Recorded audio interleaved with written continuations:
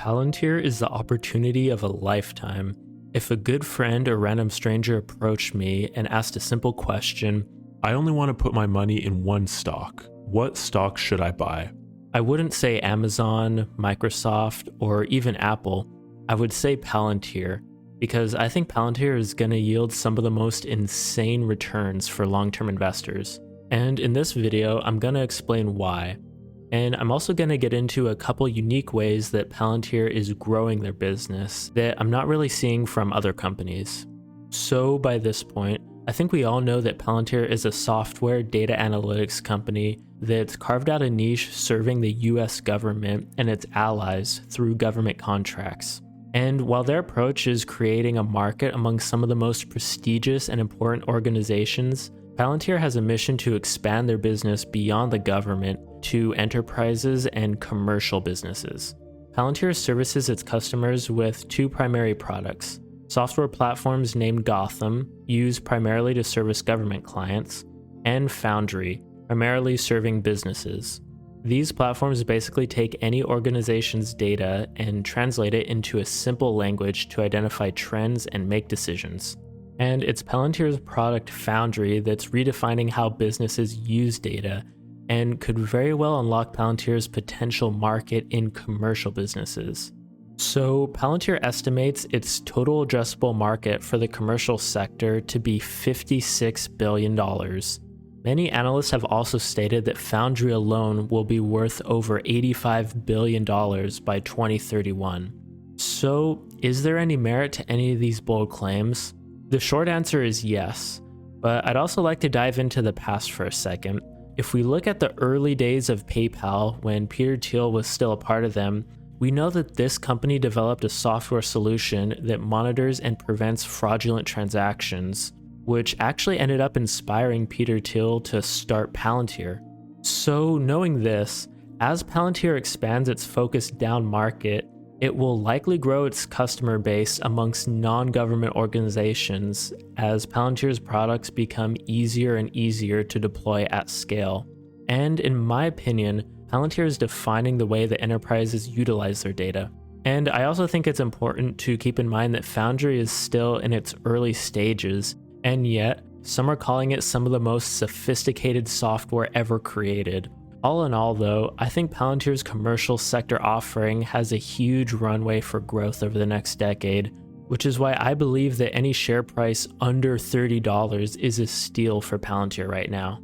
And like I mentioned, Foundry is a highly complex system and gives customers a way to understand the outcome of business decisions on an extremely high level. And because of this, it creates a very sticky user base, especially as the longer a customer stays with Palantir, the harder it is for that company to switch to another approach or service.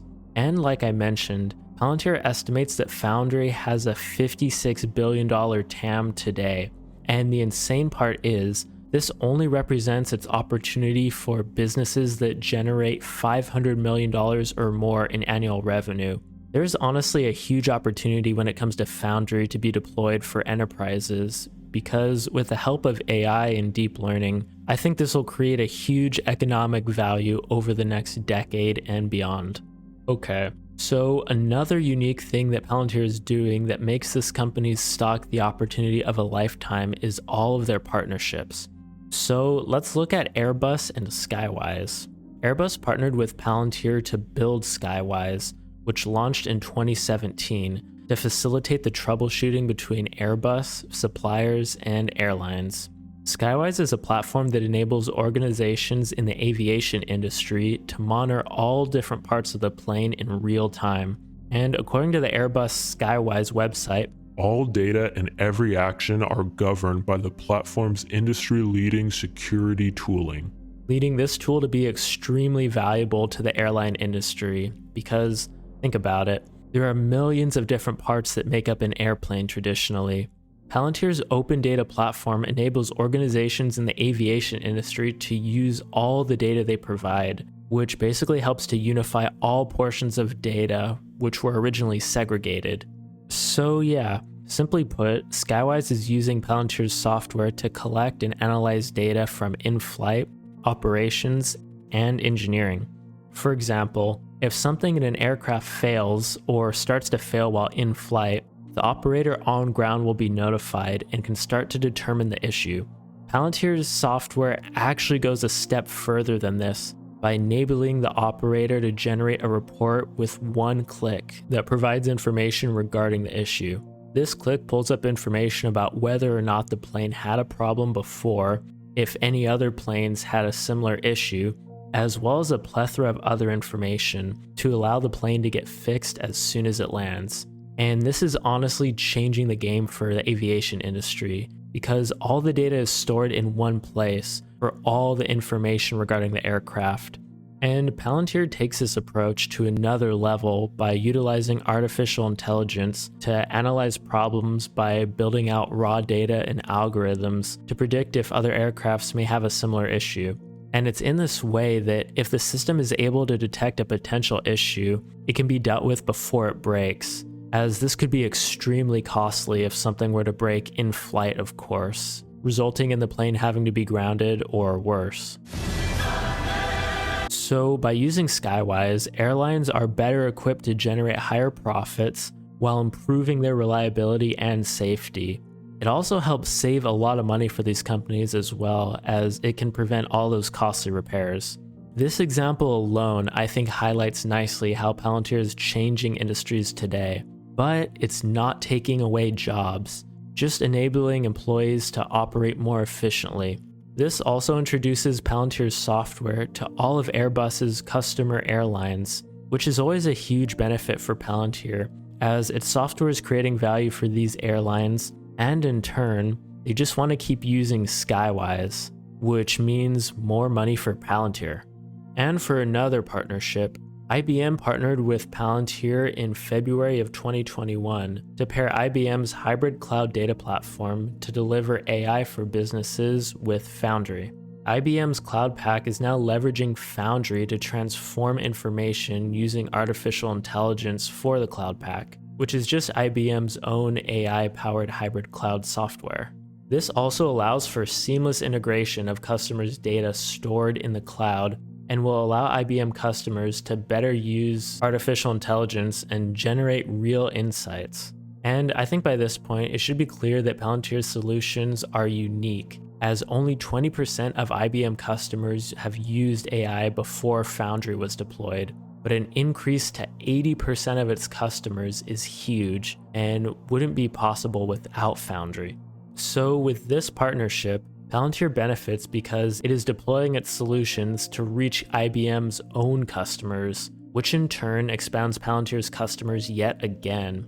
This also benefits Palantir because the more that its solutions are deployed and can gather data, the better and more efficient the AI becomes. So let's dive a little deeper now. Palantir's software gets extremely close to the customer's core operations, so doing business with Palantir requires both large commitments of time and money. And get this, Palantir's average customer spends $8.1 million per year on Palantir contracts and carries an average contract length between 3 to 4 years. Now, you can look at this as either a positive or a negative thing, as the barrier to entry seems quite high for Palantir. But to be perfectly honest, Palantir is in the works right now to lower the entry, which will allow more and more smaller sized businesses to utilize their technology. On the flip side though, that's $8 million a year per customer in revenue. Not bad, right? So currently, like I mentioned in the beginning of the video, there are two unique things that Palantir is doing that is creating some serious opportunity for them. First, we have Palantir guiding startups. And what I mean by this is that Palantir's typical customers tend to be large organizations, government bodies, and larger corporations, averaging about $500 million in annual revenue. So with the recent launch of Palantir Foundry for Builders, Palantir is now aiming for startups and smaller companies. And with this, Palantir hopes to develop early-stage customer relations so that its costs to acquire these companies are lower, while in turn sharing in the growth that these smaller companies will produce. And this is honestly incredible because, like I mentioned before, now that Palantir has built up their portfolio of larger and government bodies, it's now time to focus on the smaller companies where they can be generating even more revenue.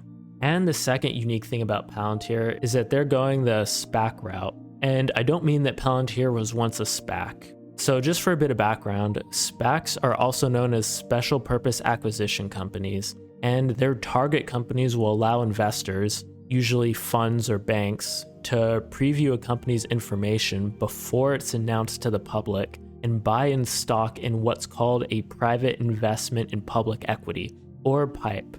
And interestingly enough, Palantir has played the role as the investor and participated in several SPAC PIPE rounds, a lot of which I've mentioned on this channel before, including Sarcos Robotics, Roivant Pharmaceutical, Cellularity, which is cell-based biotechnology, Babylon, which focuses in telehealth, Wejo, which deals with vehicle data, and Lilium, which is an electric aerospace company. So Palantir's investments in these companies have ranged in size, often around 20 million to 30 million each. And the cool thing about these SPACs is that, yes, we all know that SPACs are risky, but apparently those 6 SPACs I just mentioned are what Palantir sees as potential high-risk, high-reward investments. Each of those companies are definitely what I would consider next-gen, as they're looking to make breakthrough discoveries in medicine and technology. Honestly, guys, I think this is awesome stuff that you just don't really see a lot of in companies today. And it's these investments that become a relationship with a two-sided benefit for Palantir. The early investments give it exposure to the success of these companies through its acquired stock, which can also increase in value over time, obviously. Palantir also has a direct path to work closely with these companies at an early stage now, utilizing Foundry to help these businesses grow even more. And many of these companies generate little to no revenue yet, so you have to look at this as a long-term hold for Palantir, but also one that's symbiotic at that, as both these early stage companies and Palantir are helping each other out. So, is Palantir a buy right now? Palantir is spending a lot of money on these investments and will no doubt be bringing in more and more customers over the coming decades. Just in Q1 of 2021, Palantir's free cash flow grew to 151 million, and that's from negative 290 million in the prior year. And with their free cash flow turning positive, Palantir is expected to turn its first profit in 2021, and it's guiding for at least 30% revenue growth over each of the next 5 years. So I think it should come as no surprise that for Palantir, anything below $30 is a strong buy for me. I am extremely bullish on Palantir, and I think it's a great time to get into this once-in-a-lifetime stock. And yeah, that's the video I've got for you guys today. I know it was a longer one, but thanks to those of you who made it to the end of the video, and I'll see you next time.